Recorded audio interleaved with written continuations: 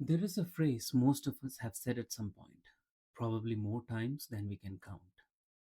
I'm fine. Two words, simple, quick. And in most conversations, that is exactly where it ends. The person asking moves on, the person answering moves on.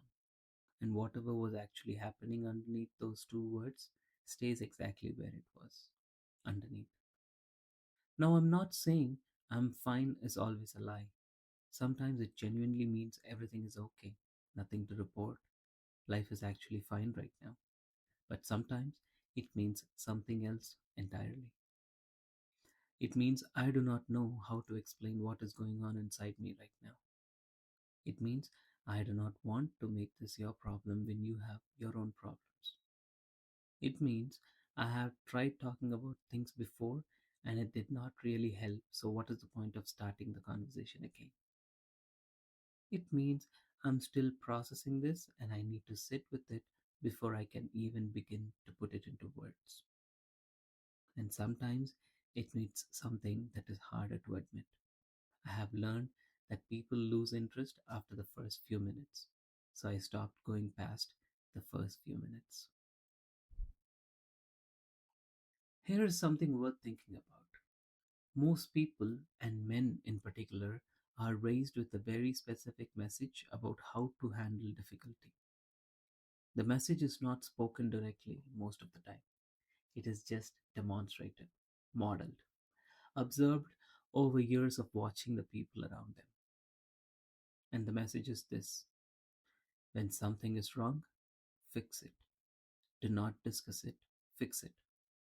So, when a man is struggling with something he does not yet have a solution for, talking about it feels counterproductive. It feels like admitting a problem exists before he has the answer ready. And that is deeply uncomfortable for someone who has been taught that his job is to have answers. So, he says, I'm fine, and he goes back to working on the solution alone. The silence does not arrive suddenly.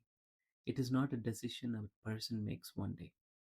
It is something that builds quietly and gradually over a longer period of time. It builds through small moments, trying to express something emotional and being dismissed, showing vulnerability and being told to toughen up, sharing something personal and having it used against you later in an argument or a joke, noticing over time that people come to you when you are strong and seem less interested when you're actually struggling. Each of those moments teaches the same lesson. Being open carries risk, being closed is safer. And after enough of those moments, the silence stops being a choice. It just becomes the default. What actually gets covered though, because it is rarely everything. Most people who go quiet do not go quiet about all things. They go quiet about specific things.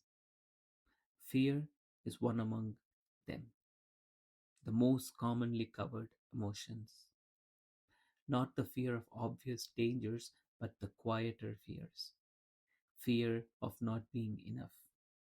Fear of failing the people who are counting on you. Fear of losing the financial stability that everything else depends on.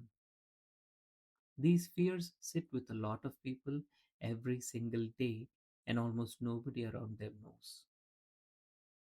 Loneliness is another one, and this one surprises people when it comes up. Because how can someone be lonely when they are surrounded by family, colleagues, people who care about them? But there is a specific kind of loneliness that comes from having no one you can be fully honest with. Many people, men especially, reach adulthood without a single friendship where they can say exactly what they are thinking without filtering it first. That is a particular kind of alone that is very hard to describe. Then there is exhaustion, the kind that comes not from one hard day, but from years of being the person who holds things together. the person everyone leans on, the person who is expected to keep going regardless of what they are carrying. That exhaustion accumulates slowly, and by the time it becomes visible, it has usually been building for a very long time. And grief, losses that happen and were acknowledged briefly and then filed away because life kept moving and there was no space to fully sit with them. None of this means the people carrying these things are broken or damaged. Most of them are functioning well by most external measures, showing up, providing, being present in the ways they know how to be. But there is a cost to carrying things covered for a longer time. Relationships develop a distance that neither person can fully explain. Communication becomes surface level, not because there is nothing to say, but because the habit of going deep has been lost. Physical health takes hit that seems unrelated but often are not. And there is a particular kind of tiredness that sleep does not fix because it is not actually tiredness, it is the weight of everything that has never been put down. I want to say something before closing this episode that I think is genuinely important. Not everyone who is quiet is struggling. Some people process things internally, and that works genuinely well for them. Some people are selective about who they open up, and to that is a reasonable and healthy approach. Some people are actually fine. The concern is not silence itself.